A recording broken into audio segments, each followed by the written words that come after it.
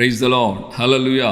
దేవునికి మహిమ కలుగును గాక. క్రీస్తునందు నా ప్రియమైన దేవుని బిడ్డలైన మీ అందరికీ ఉదయకాలపు శుభములు తెలియజేస్తున్నాను. ప్రభు ఇంతవరకు ఆయన మనల్ని కాపాడి కృపలో దాచి భద్రపరిచారు. ఈ యొక్క 9వ మాసంలో ఈ విధంగా ప్రవేశించాం. దేవుడు అద్భుతంగా ఈ మాసం అంతా కూడా ఆయన మనల్ని కాపాడుతూ ఆయన సంరక్షించి బలపరిచి నడిపించును గాక. ఆమేన్, హల్లెలూయా. మరి సమయంలో దేవుని యొక్క లేఖనాల నుండి కొన్ని మాటలు మనం ధ్యానించబోతున్నాం.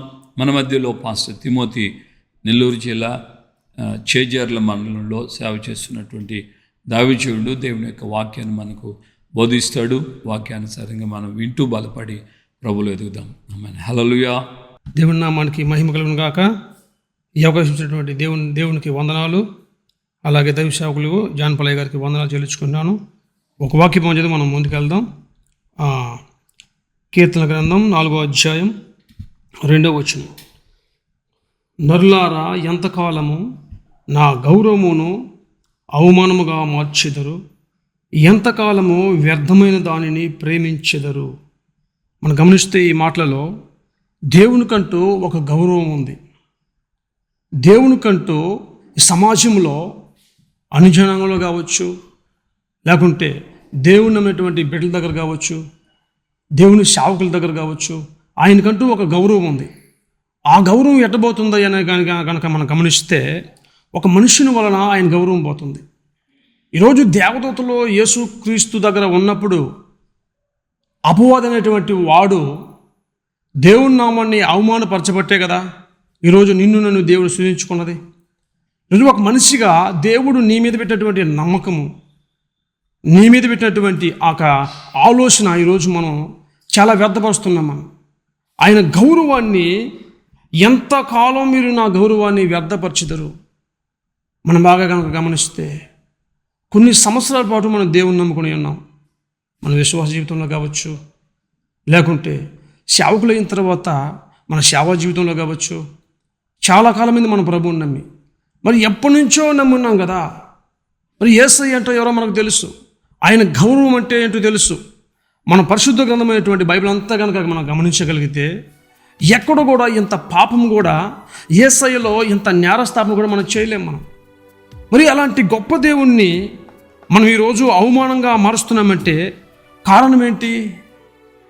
మన యొక్క ప్రవర్తన విధానం, మన యొక్క మాట తీరు, మన హృదయ ఆలోచనలు, మన వస్త్రధారణ, ఈ సమాజంలో మనం బ్రతికేటువంటి బ్రతుకు, వీటి ద్వారానే దేవుని నామం మనం అవమానపరచబడతా ఉన్నాం. ఈరోజు మానవులుగా మనిషి మీద ఆధారపడినంతగా దేవుడి మీద మనం ఆధారపడలేకపోతున్నాం. ఎందుకంటే ఆయన మీద మనం ఆధారపడటం వలన మనకేదో అయిపోతుందేమో, మన పరిస్థితులు మారిపోతాయేమో. ఆయన నమ్మింది ఎందుకయ్యానంటే చాలామంది చెప్పేది ఏదో మాకు కొంచెం అది వస్తుంది, ఇది వస్తుంది అంటే ఏదో ఒకటి ఆశించి నమ్మమయ్యాని అంటారే కానీ యేసుక్రీస్తుని మనం నమ్మినటువంటి మెయిన్ కారణం ఏంటి? ఏదో పొందుకోవడానికి కాదు, కానీ ఆయన నామాన్ని మనం సమాజంలో గౌరవించాలి. మనం అన్నీ ఉంటే, అన్నీ చేస్తే ఈ లోకంలో ఎవరైనా మనుషుని గౌరవిస్తారు. కానీ దేవుడు ఈరోజు నీ కొరకు, నా కొరకు తన సర్వాన్ని, తన రక్తాన్ని దారబోసి తన ప్రాణాన్ని పెట్టినటువంటి దేవుడి కొరకు ఈరోజు నీవు నేను ఏమిస్తే ఆయన రుణం మనం తీర్చుకోగలము? ఎంత గౌరవమైనది! ఈరోజు ముఖ్యమంత్రులు కావచ్చు, ప్రధానమంత్రులు కావచ్చు, పెద్ద పెద్ద రాజులు, యాజకులు కావచ్చు, దేవుడి పాదాలు పట్టుకునేవారు లేరా? దేవుడి దగ్గరకు వచ్చి మోకరించి ప్రార్థించేవారు లేరా? మరి పెద్ద పెద్ద వాళ్ళందరూ దేవుని నమ్మి ఈరోజు ఆయన తెలుసుకొని ముందుకు సాగి వెళ్తున్నారు. ఈరోజు చిన్న వాళ్ళే ఎలాగుంటున్నారంటే ఆయన నామాన్ని అన్యాయంగా, అక్రమముగా ఉచ్చరిస్తూ ఆయన నామాన్ని వ్యర్థపరుస్తూ ఉన్నారు. దేవుడి కంటే ఒక గౌరవం ఉన్నది. ఈరోజు ఒక మనిషిగా నీకు నాకు ఒకవేళ ఈ సమాజంలో గౌరవం లేకపోవచ్చేమో. నీకు నాకేమో ఆ మనుషులు ఎదుట మాత్రం మనం నటిస్తున్నప్పుడు అతను గౌరవస్తుడు, అతను మర్యాదస్తుడు, అతని సమాజంలో అతనికి ఒక గౌరవం ఉందని చెప్పి మనుషుల దగ్గర మనం గౌరవం పొందుతున్నాం. కానీ దేవుడి దగ్గర దేవుడు చెప్పాలి నీ గౌరవాన్ని, నా గౌరవం గురించి. ఈరోజు ఉదయం లేచిన వరకు సాయంత్రం వరకు ఎంత నీ ద్వారా, నా ద్వారా ఈరోజు దేవుని నామం అవమానపరచబడుతున్నా సరే మనం ఆలోచించుకోవాలి. మనం మనం గమనిస్తే, నరులారా ఎంతకాలము నా గౌరవమును అవమానంగా మార్చెదరు, ఎంతకాలము వ్యర్థమైన దానిని ప్రేమించెదరు. ఈరోజు దేవుని నామము అవమానపరచబడుతుందంటే గల కారణం ఏంటంటే మనం వ్యర్థమైన దానిని మనం అనుసరిస్తున్నామని. ఇది మనం గుర్తుపెట్టుకోవాలి. ఈ లోకంలో ప్రసంగులు అంటాడు ఆయన, ప్రసంగ గ్రంథంలో 1వ అధ్యాయంలో 2వ వచనంలో, ఈ లోకంలో సమస్తము వ్యర్థమే, వ్యర్థము వ్యర్థము వ్యర్థము వ్యర్థము వ్యర్థము. ఆ వ్యర్థమైన దానికోసం మనం ఆశపడి దేవుని నామాన్ని మనం వ్యర్థపరుస్తున్నాం, దేవుని నామాన్ని మనం అగౌరవపరుస్తున్నాం. మనం ఎంత కాలం ప్రభువు నమ్మి, ఎంత కాలం మనం ప్రార్థన చేసినా మన పరిస్థితులు, మన విధి విధానం మారకపోతే, దేవుణ్ణి గౌరవించేటువంటి విధానం మనం నేర్చుకోకపోతే మనం ఇంకెందుకు మనం దేవుని నమ్మడం? దేవుని మర్చిపోవడం మేలు కదా. యేసయ్య దగ్గర కనుక నువ్వు వచ్చి ఆయన నామాన్ని కనుక నువ్వు గౌరవించి ఆయన్ని కానీ నువ్వు మహిమపరచగలిగితే ఈ సమాజంలో ఎక్కడైనా నువ్వు గౌరవంగా బతకగలుగుతావు. నువ్వు ఒకవేళ నీకు డబ్బు లేకపోవచ్చేమో, ఒకవేళ నీకు పేరు లేకపోవచ్చేమో, ఒకవేళ నీకు హోదా లేకపోవచ్చేమో, కానీ ఒకవేళ ఈ లోకంలో మనుషుల దగ్గర నీకు పేరు లేకపోవచ్చేమో, కానీ పరలోకమందు జీవ గ్రంథమందు యేసయ్యను కనుక నువ్వు గౌరవిస్తే నీ పేరు అక్కడ రాయబడుతుంది. దేవుని నామానికి మహిమ కలుగును గాక. ఈరోజు సంఘంలో గనక, ఈ సమాజంలో గనక మనుషుల దగ్గర నీ గౌరవాన్ని ఏం కాపాడుకుంటున్నావు? నువ్వు నా గౌరవం నేనేం కాపాడుకోగలుగుతున్నాం? మనం ప్రభువుని నమ్మి ఈరోజు పరిశుద్ధ గ్రంథమైనటువంటి బైబిల్లో లేనిది ఈ లోకంలో ఏముంది? ఎలా గౌరవించాలో నేర్చుకోవాల్సింది పరిశుద్ధ గ్రంథం బైబిల్లో కదా. నువ్వు ఎలా గౌరవించాలో, ఒక మనిషిని లేకుంటే దేవుని ఎలా గౌరవించాలో నువ్వు నేర్చుకోవాల్సింది పరిశుద్ధ గ్రంథం బైబిల్లో కదా. ఒక మనిషిని చూసి నువ్వు ఏం నేర్చుకుంటావు? నువ్వు ఈరోజు మనుషులను చూసి కాపీ కొట్టి కొట్టి కొట్టి కొట్టి వాళ్ళు ఎలా ఉంటారో, వాళ్ళు ఎలా దేవుని గౌరవిస్తారో అలా నేను గౌరవిస్తానయ్యా, వాళ్ళు ఎలా నడుచుకుంటారో నేను అలా నడుచుకుంటానయ్యా అని చెప్పేసి ఒక మనిషిని పోలి నడుచుకుంటున్నావు. కానీ ఆ మనిషిని పోలి నువ్వు నడుచుకోవడం వలన వాడు ఎలా గౌరవిస్తాడో, ఆమె ఎలా గౌరవిస్తుందో వారిని చూసి నువ్వు నేర్చుకుంటున్నావు కనుక నువ్వు సరిగ్గా గౌరవించలేకపోతున్నావు.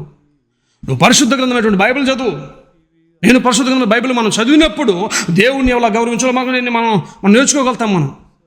నువ్వు దేవుణ్ణి ఎప్పుడు గౌరవించడం నువ్వు నేర్చుకుంటావో సమాజంలో ప్రతి ఒక్కరిని కూడా నువ్వు గౌరవించడం నేర్చుకుంటావు. అప్పుడు ఇతడు దేవుణ్ణి నమ్మని బిడ్డ. దేవుణ్ణి నమ్మిన వాళ్ళు ఈ రీతిగా ఉంటారా?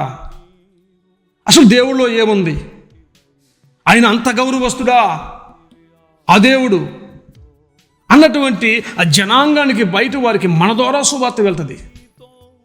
మనం గమనిస్తే మొదటిగా దేవుణ్ణి నామాన్ని మనం గౌరవించాలి.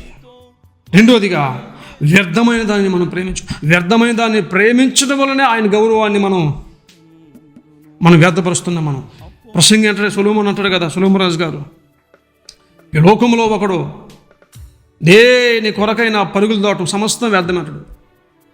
బలం గలవాడు యుద్ధమందు నెగ్గడు, ఒడిగలవాడు పరుగులో గెలవడు. ఇంకా మనం గమనిస్తే అక్కడ చాలా ఉంటాయి. ఎందుకంటే సమస్తం వ్యర్థమే వ్యర్థమే వ్యర్థమే వ్యర్థమే వ్యర్థమే వ్యర్థమే చెప్పి లాస్ట్ అంటాడు దేవుని నామాన్ని గౌరవించడం, దేవుని నామాన్ని మహిమపరచడం, ఆయన నమ్ముకోవటమే సరైనటువంటి విధానం.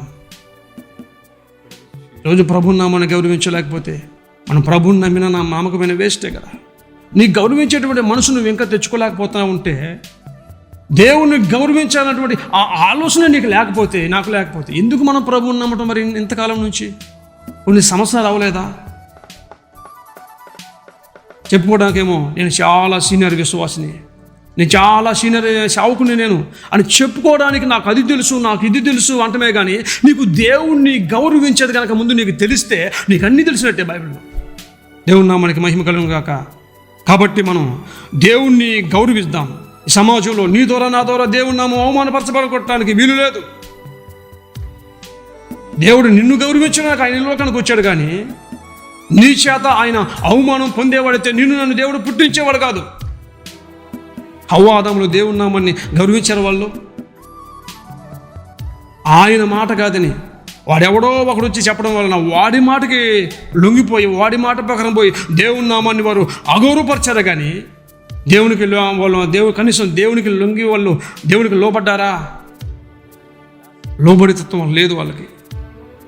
కాబట్టి ఈరోజు నీవు నేను దేవుని గౌరవించిన కనుక నేర్చుకుంటే నీ కుటుంబాన్ని దేవుడు గౌరవిస్తాడు. నీ బిడ్డలోని సమాజంలో ఒక గౌరవం తీసుకొస్తాడు ఆయన. ఈరోజు మనుషులుగా నాకు నీకు దేవుడు ఒక గౌరవం తెచ్చి పెడతాడు ఆయన. గౌరవం అంగట్లో పోయి కొనుక్కుంటే వచ్చేది కాదు.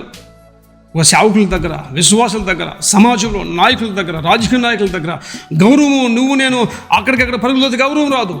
దేవుణ్ణి గౌరవిస్తే నిన్ను దేవుడు ఒక ఉన్నతమైనటువంటి స్థానంలో దేవుడు నిలబెట్టి దేవుడు నీకు గౌరవం తెచ్చిపెడతాడు. హల్లెలూయా. కాబట్టి మనం దేవుని నామాన్ని వ్యర్థపరచక దేవుని నామాన్ని గౌరవించి ఆయన నామాన్ని మహిమపడదాం. ఈ కొద్ది మాట దేవుడు దీవించి ఆశీర్వదించును గాక. సో ప్రియమైన దేవుని బిడ్డలారా, దేవుని యొక్క దాసుల ద్వారా మనకి ఇవ్వబడిన వాక్యాన్ని మనం విన్నాం కదా. నిజమే, దేవుని యొక్క ఘనతను, దేవుని యొక్క మహిమను మనము అగౌరవం చేయకూడదు. 4వ కీర్తన 2వ వచనంలో వ్రాయబడిన ఈ మాట ప్రకారంగా మనము ఆయన్ని ఘనపరచడం ప్రారంభించాం. ఆయనకి మనము వ్యర్థమైన వాటి విషయంలో కాకుండా దైవ సంబంధమైన వాటి విషయంలో శ్రద్ధ కలిగిన వారమై మనం ఆయన్ని ఘనపరచాలి. దేవుని యొక్క దాసుడు సమూయేలు మొదటి గ్రంథంలోనే 2వ అధ్యాయంలో మనం ఈ మాట చూస్తాం. నన్ను ఘనపరచు వారిని నేను ఘనపరుస్తానని దేవుడు చెప్పాడు. సో దైవజనుల ద్వారా ఇవ్వబడిన మాట ప్రకారంగా దేవుని ఘనతను మనం ఇంకనూ ఘనపరచాలి. దేవుణ్ణి మనం అగౌరవపరిచేటట్లుగా మన వస్త్ర ద్వారా కానీ, మాటల ద్వారా కానీ, క్రియల ద్వారా కానీ, ఆలోచనల ద్వారా మనం ఎట్టి పరిస్థితుల్లో చేయకూడదు. మన ఆలోచనలో మనం దేవుణ్ణి హీనపరచకూడదు. అగౌరవపరిస్తే నిశ్చయముగా మనం దానికి తగిన మూల్యాన్ని చెల్లించుకోవాల్సి వస్తుంది. కనుక అగౌరవపరచకూడదు. చూడండి, రాజు అయిన ఇజ్రాయెల్ మొదటి రాజు అయిన సౌలు జీవితంలో మనం గమనించినప్పుడు సౌలు దేవుని యొక్క దాసుడైనటువంటి సమూయేలు మాటను అగౌరవపరిచాడు. అందువల్ల ఆయన చెల్లించుకున్న భారీ మూల్యం ఏంటంటే, నీ రాజ్యము నిలవదు, నీ రాజ్యము నీ యొద్ద నుండి తీసివేసి నీ పొరుగు వానికి చేతికి ఇచ్చేస్తాను. ఫినిష్. అగౌరవపరచకూడదు. సో ఆ విధంగా మన జీవితాన్ని జాగ్రత్త వహించుకుంటూ ముందుకు సాగుదాం.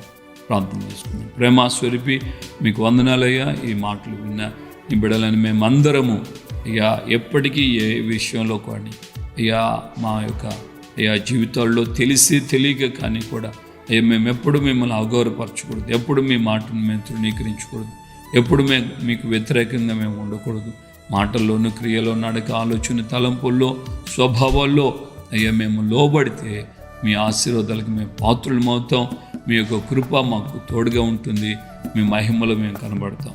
వాక్యం ఇచ్చిన మీ దాసుని విన్న ప్రజలైన మమ్మల్ని అందరినీ మీరు బలపరచండి. కృప వెంబడి కృపనివ్వండి, సహాయం చేయండి. చాలిందేడుగా ఉండి కార్యాలు చేసి ఘనత, మహిమ, ప్రభావాలు పొందమని యేసు నామంలో ప్రార్థన చేసి పొందుతున్నాము. ఆమేన్. మన ప్రభువైన యేసుక్రీస్తు కృపయు, తండ్రి అయిన దేవుని ప్రేమ, పరిశుద్ధాత్మిక అన్యోన్య సహవాసం, సమాధానం ఇప్పుడు ఎల్లప్పుడూ సకల పరిశుద్ధులకి మనకును వాక్యం ఇస్తున్నటువంటి ఆయన దాసులకి విన్న ప్రజలందరికీ కృపయు, సన్నిధి, సమాధానం నిరంతరము తోడే ఉండి నడిపించును. ఆమేన్. హల్లెలూయా. ప్రభువుకి వందనాలు. నిజంగా ఆ విధంగా మనం దేవుని యొక్క సన్నిధిలో రోషంగా బ్రతుకుదాం. ఆయన కృపయు కావాలి.